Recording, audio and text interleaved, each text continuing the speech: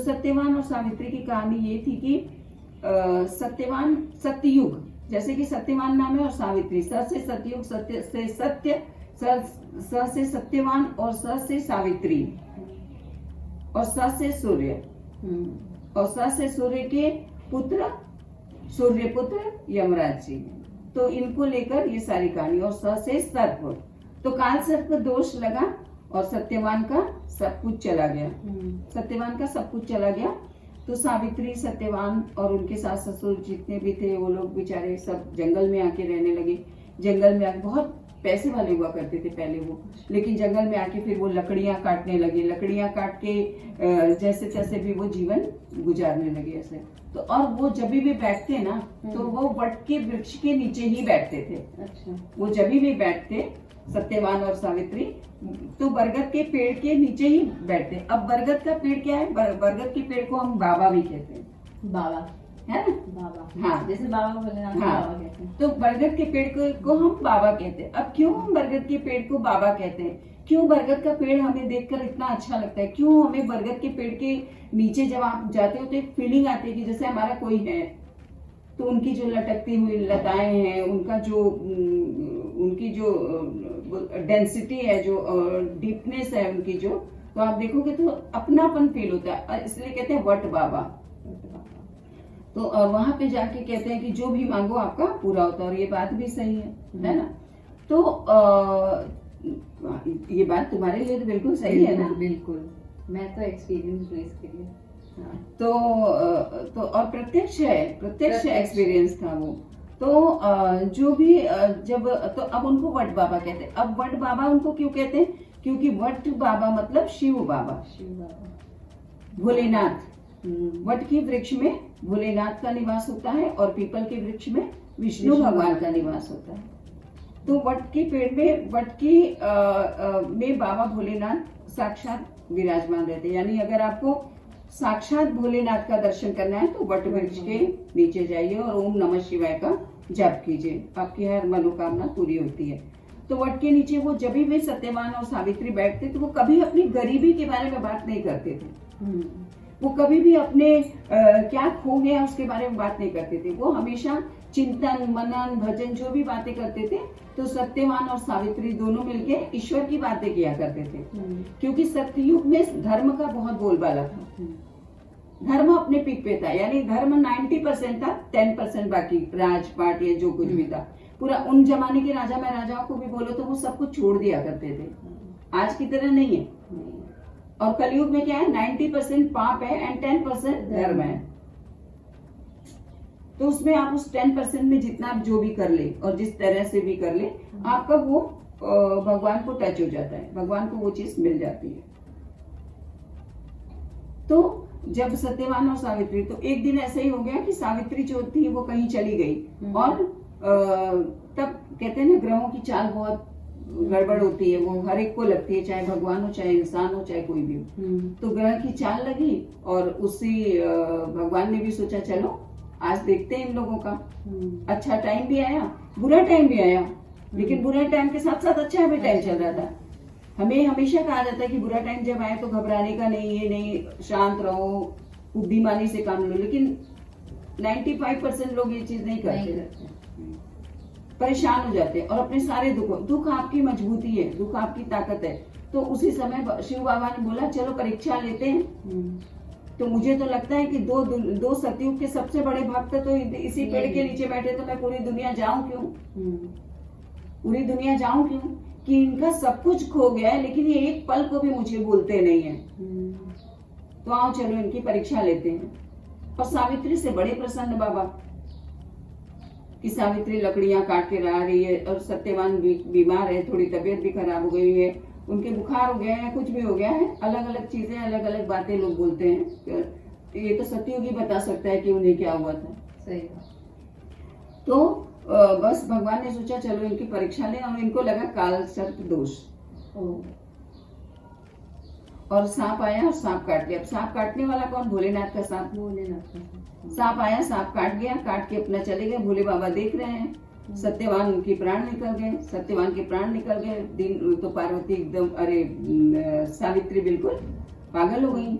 और वो उन्होंने अपने तप से देखा, क्योंकि दिन रात वो भगवान में ही रहती थी, 24 घंटे वो भगवान में ही रहती थी। तो उन्होंने तप में देखा, तो देखा सत्यवान के प्राण लिए चले जा रहे हैं यमराज जी। तो बोले ऐसे कैसे, मैंने तो जीवन भर भगवान की पूजा पाठ की, मैंने तो कोई पाप किया नहीं, तो यमराज जी कैसे लिए जा रहे हैं? यमराज जी को क्या हक है यमपुरी में ले जाने का मेरे पति को? तो भागी भागी गई। यमराज जी ने बोला कि बहुत आगे तक निकल गई, ऊपर चली गई, प्राणवायु से शरीर उनका यही रह गया। सूक्ष्म शरीर से अपने ऊपर चली गई। ऊपर जाने का मतलब आप शरीर नहीं जा सकते हो, सूक्ष्म शरीर से वो ऊपर गई और देह धारण किया उन्होंने अपने तप से। उन्होंने एक नया देह धारण किया। जैसे हम जब सूक्ष्म शरीर, हमारा शरीर यहाँ पे जल जाता है, हम एक सूक्ष्म शरीर से नया देह धारण करते हैं, ऊपर हम नया देह धारण करते हैं। तो जब वो ऊपर जाती है और पूछती है भगवान यमराज से, तो यमराज जी पीछे पीछे पीछे पीछे यमराज जी बोलते हैं तुम कौन हो, क्यों चली आ रही हो? बोले आप जिसको लेके जा रहे हो वो मेरे पति है। तो बोले नहीं, इसका समय पूरा हो गया, इसका काल पूरा हो गया है, अब आप इसके पीछे पीछे मत आइए। अगर आप इसके पीछे पीछे आएंगी तो आपको दोष लगेगा, और आप जिन भी देवी देवता की पूजा करती हैं और उनके बल पर आप यहाँ तक चली आई हैं, लेकिन ये शरीर यमपुरी जाएगा और अभी आपका टाइम नहीं है। तो उन्होंने बोला ये मैं अपने भौतिक शरीर से नहीं आई हूँ। भौतिक शरीर मतलब जो इस वर्ल्डली है, जिन्हें जला दिया जाता है, ये मैंने एक नया शरीर अपने लिए क्रिएट किया है। तो यमराज जी कहते हैं आप ये भी नहीं कर सकते हो। तो भी वो पीछे पीछे जाती है। यमराज जी बड़े परेशान हो जाते हैं कि एक जीवित पूरा शरीर चला आ रहा है। तो बोलते मेरे पति को आप छोड़ दीजिए, मेरे पति की आत्मा आप छोड़ दीजिए, वरना वो वहीं सत्यवान वहीं पेड़ के नीचे रह जाएंगे और मैं यहाँ जाने वाली नहीं हूँ। तो बोले कि बहुत करते करते वो यमपुरी तक पहुंच जाती है। यमपुरी तक पहुंचती है तो यमराज जी देखते हैं, बोलते हैं कि पहले तो वो सोचते हैं अजीब जिद्दी औरत है, फिर उनको इतना तेज होता है सावित्री का कि देख के प्रसन्न भी होते हैं कि आज तक यमराज को फॉलो करना, यानी मृत्यु को फॉलो करना, मौत को फॉलो करने की किसी की भी हिम्मत नहीं थी, लेकिन ये बंदी जो है वो इतनी दूर तक चली आई। तो बोलती है तुम कौन हो? तो कहते हैं मैं सावित्री। तो वो बोलते हैं कि और ये कौन है? तो बोलते हैं आप नहीं जानते? बोले नहीं, मैं तो बस काल को जानता हूँ, महाकाल ने जो आदेश दिया मैं बस वही करता हूँ, जिसका समय पूरा हुआ उससे मैं ले जाता हूँ। अच्छा, महाकाल ने? बोले हाँ। तो बोलते हैं मैं महाकाल की भक्त आपको कहती हूँ कि मेरे पति के प्राण को छोड़ दीजिए, और मैं नहीं चाहती कि मेरे पति अकाल मृत्यु मरे। तो कहते हैं ये तो संभव नहीं हो सकता, अब तो वो मर चुका है। बोले नहीं, अभी वो नहीं, आप उनको छोड़ दीजिए। तो भगवान कहते हैं कि ये तो प्रकृति का नियम है कि एक बार जो मर गया वो दोबारा जिंदा नहीं हो सकता। हाँ, मैं तुम्हारी पति निष्ठा से, तुम अपने पति को इतना प्यार करती हो और इतनी पीछे पीछे चली आए, आज तक कोई लक्ष्मी सरस्वती पार्वती भी ना पहुंच पाए यमराज तक, और तुम चली आई। तुम बहुत बहादुर हो, तुम बहुत ब्रेव हो, तुम बहुत जिद्दी हो। मैं तुम्हें कुछ देना चाहता हूँ, मैं तुम्हें आशीर्वाद दूंगा, तुम कुछ भी मांग लो, प्राणों के अलावा कुछ भी मांग लो। वो 2 मिनट रुकती है, बोलती है रुको, हमको सोचने का मौका दो कि मैं क्या मांग सकती हूँ आपसे। तो कहती है अच्छा ठीक है, आप मुझ पे प्रसन्न हो? बोले हाँ, मैं आप पे बहुत प्रसन्न हूँ। अब सावित्री कोई बड़ी तो थी नहीं, 22-23 साल की एकदम यंग थी। तो बोले एक काम कीजिए आप, मुझे मेरे जो सास ससुर है ना, उनका राजपाट खो गया है, तो आप उनको वो दे दो, वापस लौटा दो। और उनकी ये हालत मुझे देखी नहीं जाती, जंगल में रहते हैं, जंगल की वजह से ही मेरे पति को आप यहाँ तक लेके आए हो। तो कहते हैं चलो तथास्तु, दिया। अब बोलते हैं दूसरा मांगो। तो वो कहती है कि दूसरा आप ये दे दो कि मेरे जो सास ससुर है वो अंधे हैं, तो उनकी आंखें आ जाए। तो कहते हैं तथास्तु, जाओ, तुम्हारे सास ससुर की आंखें आ जाएंगी और आराम से अपने सास ससुर की सेवा करो और अपने राज्य में रहो, सबका देखभाल करो, खूब अच्छे से जाओ, और मृत्यु लोक में मत आओ, जाओ अभी। बोले अभी एक तो बाकी है ना। तो बोले हाँ मांगो। बोलते है कि मैं पुत्रवती हो जाऊं। यमराज जी बोलते हैं जाओ, तुम शतपुत्रवती भव, तुम्हें मैंने पुत्रवती होने का आशीर्वाद दिया। तो बोलती है सच्ची? तो बोले हाँ। तो यमराज की वाणी है ये, आज यमपुरी तक कोई आया है, ये यमराज की वाणी है, ये कभी भी झूठी नहीं जाएगी। जाओ, पृथ्वी पे तुम्हें राजपाट मिल गया, जाओ पृथ्वी पे तुम्हारे सास ससुर तुम्हारा इंतजार कर रहे हैं, जाओ जल्दी। तो बोलती है लेकिन मैं कैसे जाऊं, आपने मुझे पुत्रवती होने का आशीर्वाद दिया। हाँ दिया तो दिया, लेकिन आप मेरे पति को तो ले लिए हैं।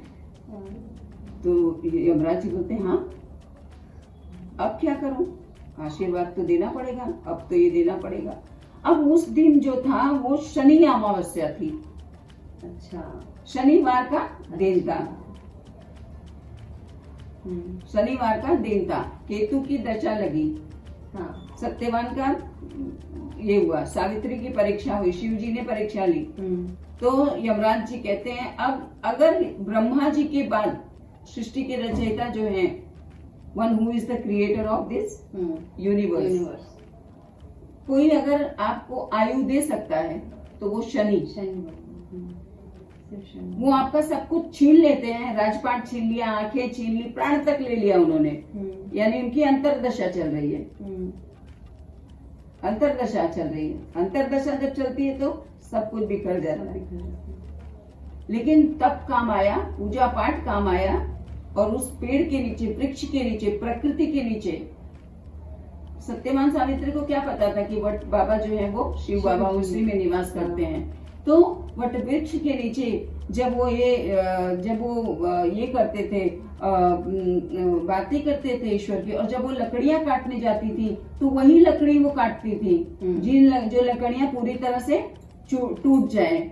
वो कच्ची लकड़ी कभी नहीं काटते थे दोनों, जंगल में भी रहते हुए, खराब से खराब कंडीशन में रहते हुए भी नेचर का कभी भी उन्होंने मिसयूज नहीं किया था। और जब जिस चीज से काटते हैं उस चीज में क्या होता है, लोहा। लोहा क्या होता है, लोहा यानी इससे जब आप करते हो, क्या करते हो आप, कर्म। आप किसी चीज का कर्म करते हो, तो धर्म का कर्म आप भगवान की बात है कि भगवान ने आज लकड़ियां दे दी, भगवान ने आज ये कर दिया, भगवान ने। और जब आप कर्म कर रहे हो लोहे से आप काटने का, तो अननेसेसरली आप एक भी लकड़ी नहीं करते हो। आप उतना ही ईंधन लेते हो जितना आपको जलाना है, जितना आपको जरूरत है, जितने में आपका खाना पक जाए। तो शनि भगवान सावित्री के कर्म और सत्यवान के कर्म से बहुत ज्यादा प्रसन्न थे, और उन्हें जो भी, और जैसे ही उनकी दशा खत्म हो रही थी तो उन्होंने बोला जाते जाते मैं पीछे मुड़ के देख के जाऊंगा। तो शनि का 2.5 मिनट, शनि का 2.5 साल, शनि का, तो जैसे ही 2.5 सेकंड बचा था, 2.5 सेकंड में जैसे ही उनकी अंतरदशा ये होने वाली थी, शनि भगवान ने पलट के देखा, उनकी आंखें आ गई, शनि भगवान, उनका राजपाट आ गया। दे रहे हैं ऊपर से कौन, यमराज जी। यमराज जी कौन है, शनि भगवान के भाई। दोनों जन कौन है, सूर्य भगवान के बेटे हैं। तो ऊपर से वो देते हैं, और नीचे से शनि भगवान कर्म का उनका डोरी खींचे हुए रहते हैं। कर्म का उनका जो हम धागा बांधते हैं, जो हम सूत बांधते हैं वट में, तो सूत जब हम भगवान को, वृक्ष को बांधते हैं, तो सिर्फ हम पेड़ों को सूत नहीं बांध रहे हैं, सिर्फ हम गोल गोल नहीं घूम रहे हैं, हम पूरे ब्रह्मांड में, पूरे वृक्ष के माध्यम से, और उस सूत, वो धागे, इनविजिबल कनेक्शन जो हमारा ईश्वर के साथ है, उससे हम अपने आप को बांध लेते हैं। तो ऐसे रिचुअल्स करने में, ऐसी परंपराओं को करने में जो भी थोड़ा बहुत गलती भी होती है तो भगवान माफ कर देते हैं। वो बड़ा दिन होता है, अगर आप उन चीजों को आप स्वीकार कर लेते हो, उसमें कोई लॉजिक नहीं ढूंढते हो, तो वो चीजें स्वीकार कर लेते हैं, और इससे आपके अंदर भी कॉन्फिडेंस डेवलप होता है, एक एनर्जी आती है आपके अंदर। तो ये सब चीजें क्या होती है कि एक एनर्जी आई, अब इस एनर्जी को लेके अगले 2 महीने तक आप खूब अच्छे से काम करोगे। सही बात है। घर का माहौल भी अच्छा रहता है, एनवायरनमेंट भी अच्छा रहता है, तो शांति बनी रहती है। तो बहुत सारी चीजें जो है वो अपने आप, ऑब्स्टिकल्स जो है वो आपकी लाइफ के चले जाते हैं। तो कहती है जाओ, तब यमराज जी कहते हैं जाओ, मैंने तुम्हारे पति के प्राण वापिस करे। नीचे आती हैं, फिर वो जितना भी उनका टाइम रहता है वो जीती हैं, और अपनी निष्ठा से और अपनी पूजा पाठ से ले आती है। फिर सारे हंगामा मच जाता है, सारे देवी देवता देखने आते हैं कि पृथ्वी पे ऐसी कौन सी तपस्विनी हो गई जिसके प्राण लौटा दिए यमराज जी ने। ये तो अद्भुत घटना हुई, और उससे ब्रह्मांड की पहले ब्रह्मा जी भी दौड़े आए। कौन है वो भक्त, कौन है वो, मतलब सारे लक्ष्मी जी दौड़े आई। और जब उन लोगों ने देखा कि सत्यवान और सावित्री के जीवन को देखा, उनके चरित्र को देखा और उनके कैरेक्टर को देखा, कि सब कुछ जाने के बाद भी इन लोगों ने इतनी निष्ठा से प्रकृति की पूजा की, प्रकृति के साथ जुड़े रहे, प्रकृति को नुकसान नहीं, अपने कभी भी मेरा मतलब किसी का ये नहीं किया, जुड़े रहे। तो उन दोनों की निष्ठा, और वो दोनों यंग थे। लोग कहते हैं ना अभी तो पूजा करने का टाइम नहीं है, अभी तो ये नहीं है ना, यंग थे दोनों, है ना। लेकिन वो सतयुग था, तो सतयुग खुद आके खड़ा हो गया। सतयुग सत्य की परीक्षा लेने खुद आके खड़ा हो गया और इस तरह से सावित्री की परीक्षा हुई और सारी देवियों ने, तीनों महालक्ष्मी, महासरस्वती, महापार्वती ने, तीनों ने सर झुका के बोला आज से आप हमारे समकक्ष हुई कि प्राण तो हम भी किसी के वापस नहीं ला सकते, यमराज जी से तो बिल्कुल भी नहीं ला सकते, तो आज से हम भी आपको नमन करते हैं। और उन सब ने सावित्री के ऊपर पुष्प बरसाया, तब से वो सती सावित्री हो गई। तो सती सावित्री की यही कथा है और इसी कथा के हिसाब से जब हम वृक्ष को फेरा देते हैं, वृक्ष में जल देते हैं, तब हम प्रकृति को बचाते हैं, क्योंकि हमारे सांस लेने के लिए, हमारे जीने के लिए, हमारे स्वस्थ रहने के लिए सबसे पहले जरूरी है कि हमारे आसपास का वातावरण और हमारी प्रकृति जो है वो सुरक्षित रहे और स्वस्थ रहे, क्योंकि प्रकृति हमें भगवान ने दी है, हमने नहीं पैदा किया, किसी साइंस ने नहीं पैदा किया।